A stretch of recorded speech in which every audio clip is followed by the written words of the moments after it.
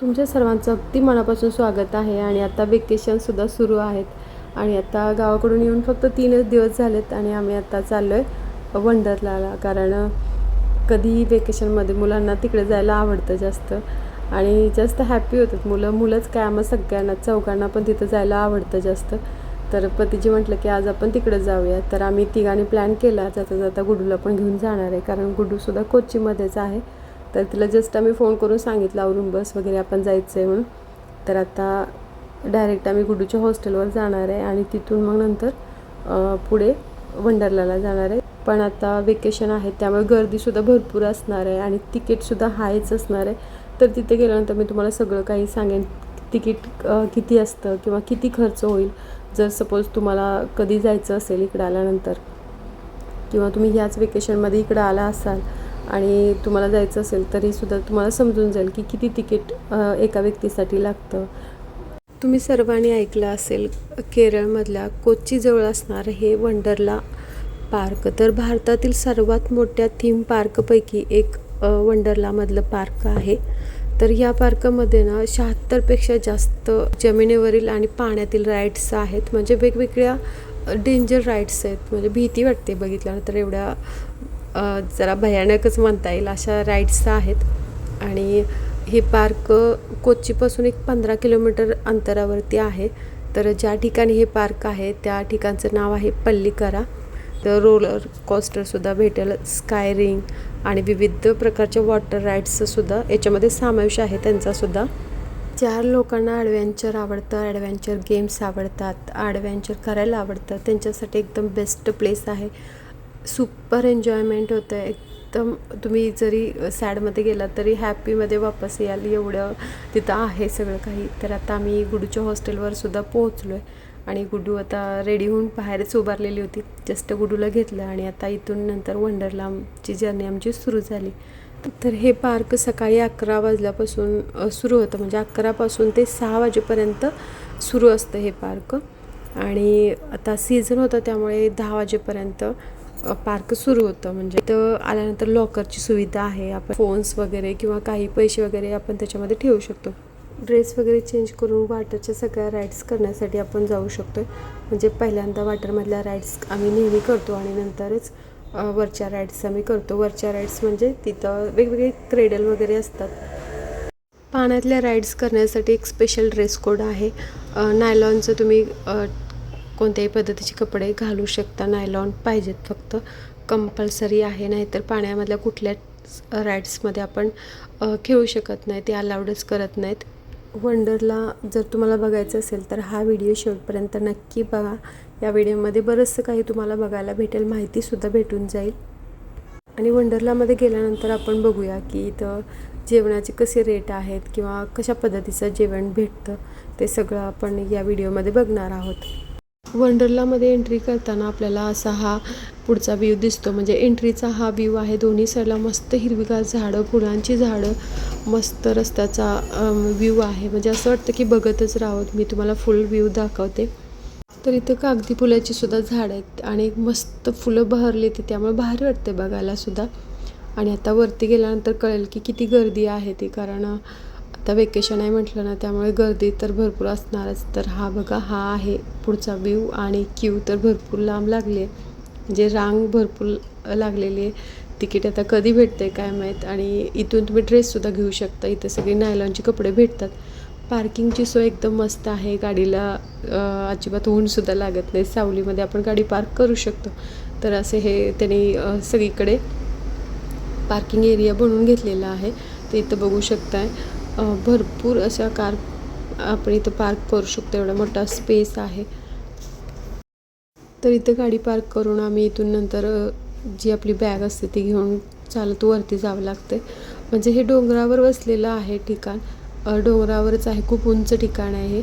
तर हे बघा, पण एकदम भारी वाटतं इथं आल्यानंतर. जस्ट तुम्हाला एन्जॉयमेंट करायची नसेल, जस्ट तुम्ही असंच आला, कोणत्याही राईड्समध्ये तुम्हाला बसायचं नसेल तरी तुम्हाला भारी वाटेल. एवढं मस्त इथलं निसर्ग सौंदर्य आहे आणि भारी वाटतं. दृश्य मस्त असतात बघायला वगैरे. इथं वेगवेगळ्या प्रकारचं गार्डन वगैरे सेटअप त्यांनी करून ठेवलेलं आहे.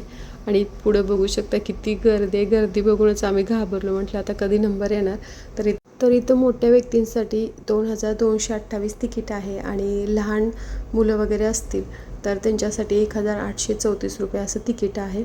आपल्याला फास्ट ट्रॅकचं जर तिकीट पाहिजे असेल तर 3804 असं मोठ्या व्यक्तीसाठीचं तिकीट आहे. फास्ट ट्रॅक म्हणजे काय की कोणत्याही गेमवरती आपण गेलो राईड्सवरती तर आपल्याला लगेचच नंबर येतो. म्हणजे कितीही क्यू असली तरी फास्ट ट्रॅक जी तिकीट काढतात ना त्यांना लवकर लगेच नंबर देतात. गेल्या त्यांना वेट करावंच लागत नाही. तर तसंही इथं आहे. तर तेही तुम्ही तिकीट काढू शकताय. आणि आता तिकीट वगैरे काढलं आणि आता जस्ट आम्ही आतमध्ये एंट्रीज करणार आहे.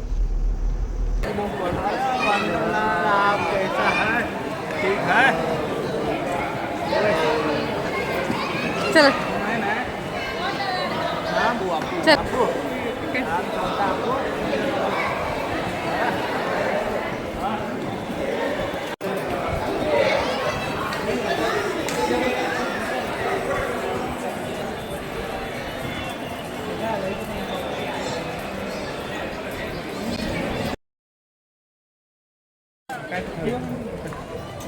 काय तर नाही, आपण जेवायला जायचं. जेवण करून बसू.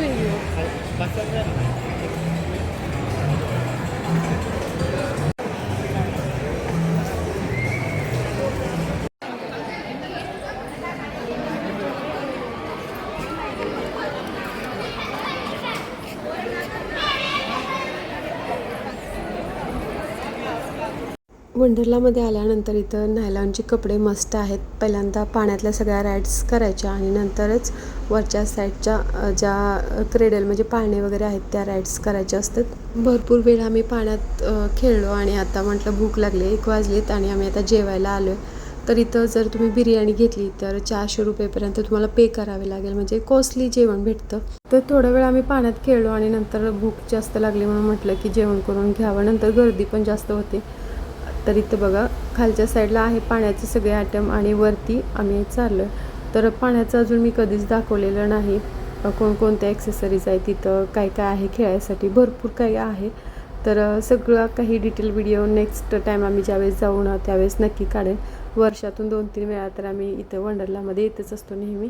तर बघा आता मी वरच्या साईडमध्ये पोहोचलो आहे आणि इथंच आहे ते मोठंसं रेस्टॉरंट आणि इथं आपल्याला जेवण भेटतं. म्हणजे जर तुम्ही पहिल्यांदाच तिकीट काढताना जर जेवण पण त्याच्यामध्ये ॲड करून काढलं नसेल तर तुम्हाला मग ते पे करावं लागतं. म्हणजे वेगवेगळी हॉटेल आहेत इथं. आपल्या आवडीनं आपण बिर्याणी म्हटलं तर बिर्याणी खाऊ शकतो, फिश बिर्याणी किंवा परोटा, काही पण आपल्याला पाहिजे असेल तर सँडविच वगैरे सेपरेट हॉटेल आहेत इथं आपण खाऊ शकतो. बट आम्ही काय करतो नेहमी की ज्यावेळेस आम्ही तिकीट काढतो त्यावेळेसच ह्याच्यामध्ये जो लंचचा भाग असतो तो सुद्धा ॲड करून घेतो. तर इथं स्पेशली बुफे मॉडेल जेवण आहे त्यामुळे भरपूर व्हरायटी असणार आहेत आणि गर्दीसुद्धा भरपूर असणार आहे. थोड्या वेळाने जास्त गर्दी होते, म्हणजे 2 नंतर तर जास्त गर्दी इथं होती. त्यामुळे म्हटलं की 1 वाजता जेवण करायला जाऊया. तर इथं थोडीशी प्रोसेस होती, तिकीट वगैरे घेऊन यायला त्यांनी सांगितलेलं. मोबाईलमध्येच आम्ही सगळं केलेलं. नंतर तिकीट वगैरे घेतलं आणि आत आलो. तर इथं पहा सगळ्यांची धावपळ सुरू आहे. आम्ही पहिल्यांदा सगळं बघितलं काय काय आहे, मेनू काय काय आहे तो बघितला. तर इथं केरलाचं ऊन म्हणजे केरलाची स्पेशल थाली असते त्याचं सगळं आयटम होतं. म्हणजे केरलामध्ये कसं 8-9 करी असतात, वेगवेगळ्या करी आणि भात त्याच्याबरोबर मोठा भात असतो ते पण होतं. नंतर चिकन रोस्ट पण होतं, चिकनची करी पण होती, चिकन बिर्याणी पण होती आणि भात 3-4 प्रकारचा होता, अप्पम, परोटा वगैरे असं सगळं काही होतं. तर सगळंच मी तुम्हाला दाखवते. बघा हा केरलाचा राईस आहे, म्हणजे मोठा भात असतो तो. आणि इथे साईडलाच परोटा पण आहे, अप्पम पण इथे साईडलाच आहे आणि त्याच्याबरोबर सलाड होतं, स्नॅक्स वगैरे. इथं बघा आल्याची करी आहे, ही इंजी करी म्हणतात. इथं आवियल आहे आणि इथं मोर करी म्हणजे दहीपासून बनवलेली असते. सलाड पण आहे, कोशिंबीर पण आहे.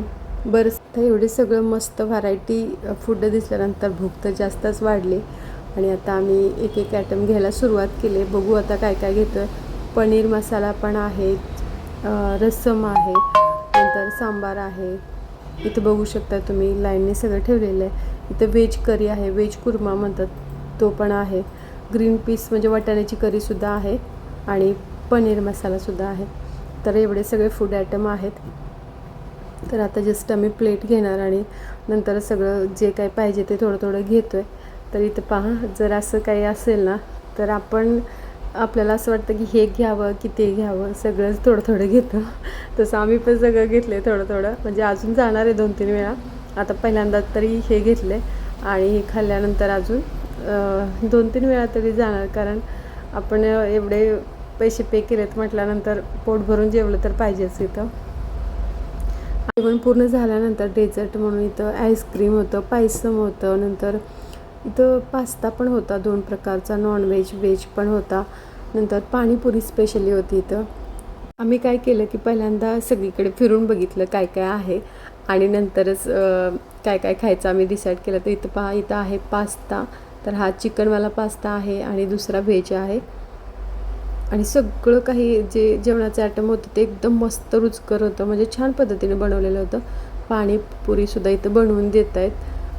इथं गरम गरम पायसमसुद्धा आहे आणि साईडलाच आईस्क्रीमसुद्धा आहे. कितीही खा, अनलिमिटेड. तुम्हाला तर माहितीच आहे, असं असेल जेवण तर कितीही खाऊ शकतो आपण. आम्ही सगळ्यांनी जेवण पोट भरून केलं आणि नंतर आता लास्ट आईस्क्रीम घ्यायला आलो. म्हटलं पायसमसुद्धा टेस्ट करावं. जस्ट थोडंसं आम्ही घेतलं टेस्ट करण्यासाठी. आईस्क्रीम मुलांनी 1-2 वेळा तरी खाल्लं आणि किती पाहिजे तेवढे आपण खाऊ शकतो आहे.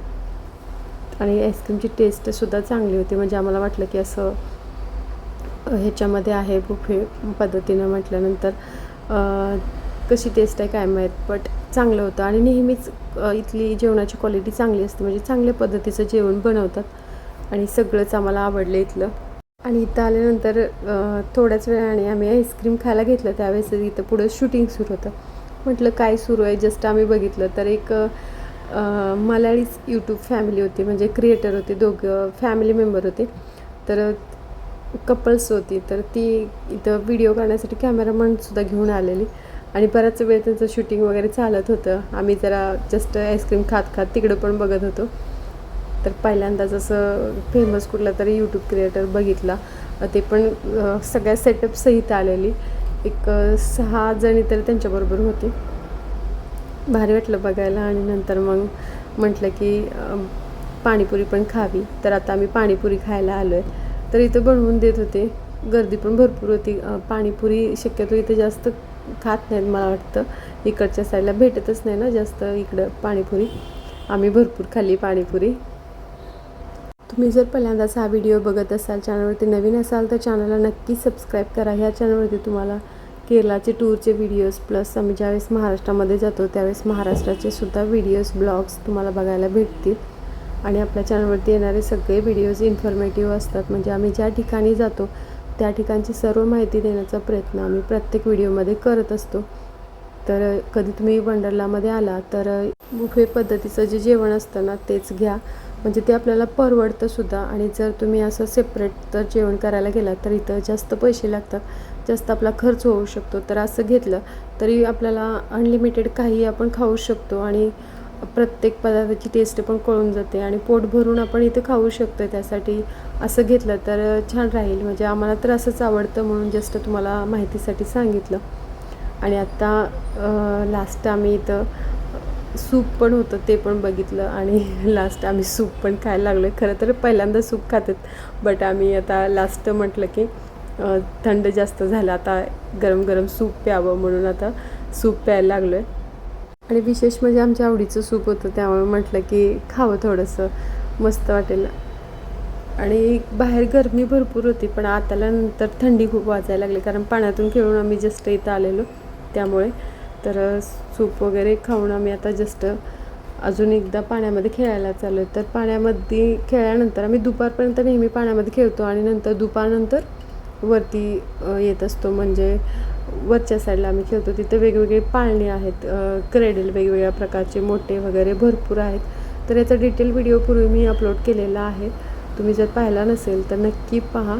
तर आता ह्याचा सेकंड पार्टसुद्धा येणार आहे, तोही तुम्ही नक्की पहा. तर इथं जेवण वगैरे झालं आमचं, निवांतपणे आराममध्ये आम्ही जेवण केलं आणि आता एवढं पोट भरले कुणालाच चालू वाटत नव्हतं. आणि जस्ट आता आम्ही खाली चाललो आहे, म्हणजे स्विमिंग पूलमध्ये चाललो आहे. इथं 2 समुद्र आहेत, म्हणजे समुद्र तसं त्यांनी सेटअप केलेलं आहे आणि समुद्र सुरू होण्याचा पण वेळ असतो आहे, तर त्याला बीच पण म्हणतात काही जण. आणि सुरू झालं की लाटा येतात, एकदम मोठ्या मोठ्या लाटा येतात, त्यामुळे आपल्याला तिथे खेळायला पण भारी वाटतं. आणि भरपूर पाण्याचे आयटम आहेत, तर त्याच्यातून सुद्धा खेळू शकतो आहे. तर नेक्स्ट मी त्याचा डिटेल व्हिडिओ नक्कीच करेन, कारण गेल्या वेळेससुद्धा मी तो व्हिडिओ केला नव्हता. कारण काय होतं की व्हिडिओ करण्याच्या नादात खेळायचं राहून जातं आहे, एन्जॉय करायचं राहतं दुसरीकडे. त्यामुळे आम्ही खाली कधीच व्हिडिओ करत नाही. खालच्या साईडला सगळे पाण्याचे आयटम आहेत, तर भरपूर आयटम आहेत. इथं मोठं आहे वंडरला एकदम. आणि इथं आल्यानंतर ना आपलं म्हणजे कितीही आपले पैसे इथं पे आपण केलेलं असेल ना, सगळे पैसे वसूल होतात, असं आहे इथला सेटअप सगळा. पहिल्यापासून शेवटपर्यंत व्हिडिओ बघितल्याबद्दल मनापासून धन्यवाद. Thank you for watching.